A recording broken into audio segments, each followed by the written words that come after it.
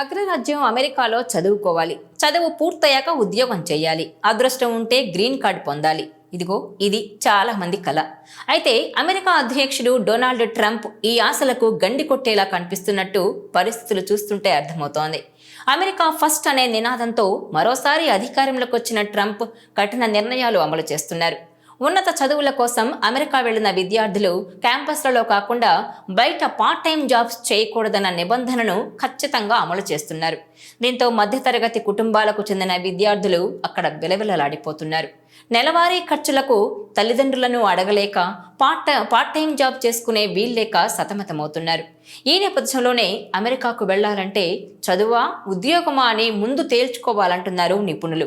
Job కావాలంటే తమ talent నిరూపించుకోవాలని, అలాగే చదువు కోసం యూనివర్సిటీలకు వెళ్లి పార్ట్ టైం ఉద్యోగాలు చేయడానికి కుదరదన్నారు.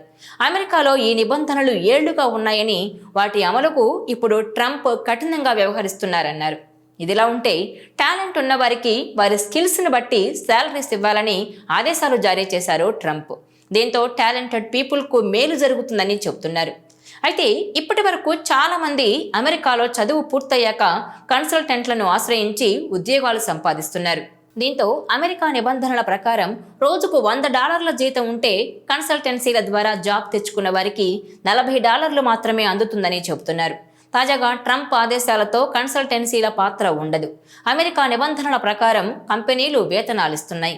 ఇక ఫేక్ డాక్యుమెంట్స్తో ఉద్యోగం చేస్తున్న వారి పనితీరును కూడా పరిశీలిస్తున్నాయి. ఇక అమెరికాలో లక్షల సంఖ్యలో సాఫ్ట్వేర్ జాబ్స్ ఉన్నాయి. ఎంఎస్ కోసం అమెరికా వెళ్తున్న విద్యార్థులు 2 ఏళ్ల చదువు పూర్తయ్యాక తాను ఎందులో స్పెషలిస్టో, తన టాలెంట్ ఏంటో చెబుతూ జాబ్ కోసం అప్లై చేసుకుంటే చాలు. ఏడాదిలోగా మంచి వేతనంతో మంచి కంపెనీల్లో ఉద్యోగం వస్తుంది.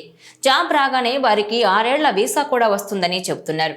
ఆ తర్వాత మరింతగా తమ స్కిల్స్ పెంచుకుంటే నిర్భయంగా అమెరికాలో ఉండొచ్చని అంటున్నారు. అలా కాకుండా అక్రమ మార్గంలో ఉద్యోగం సంపాదించిన కష్టాలు తప్పవని అంటున్నారు. ఇదిలా ఉంటే అమెరికాకు ఏటా ఉన్నత విద్య కోసం వెళ్లే ఇతర దేశాల విద్యార్థుల సంఖ్య 10 లక్షల పైమాటే. వీరిలో అధిక శాతం అక్కడే స్థిరపడటానికి ప్లాన్ చేసుకుంటున్నారు. అక్రమ వలస, సక్రమ వలస అన్నీ కలిపి అమెరికాలో ఇతర దేశాలకు చెందిన వారి సంఖ్య సుమారుగా 5 కోట్లు. అంటే అమెరికాలో ప్రతి 100 మందికి 15 మంది విదేశీయులే. దీనికి తోడు 15 లక్షల మంది ప్రతి ఏటా తోడవుతున్నారు. ఇది ఇలాగే కొనసాగితే మరో 40 ఏళ్లలో అమెరికాలో విదేశీయుల సంఖ్య మెజారిటీ అంటే 50% పైగా ఉంటుంది. అమెరికన్లకు ఉద్యోగాలు దొరకవు. ఇప్పటికే 23 లక్షల మంది అమెరికన్ యువత నిరుద్యోగులుగా ఉన్నారు.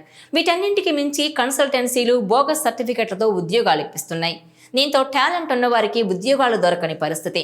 అందుకే ట్రంప్ కఠిన నిర్ణయాలు అమలు చేస్తున్నారని అంటున్నారు. ఈ వీడియో మీకు నచ్చినట్లయితే please share, like and subscribe.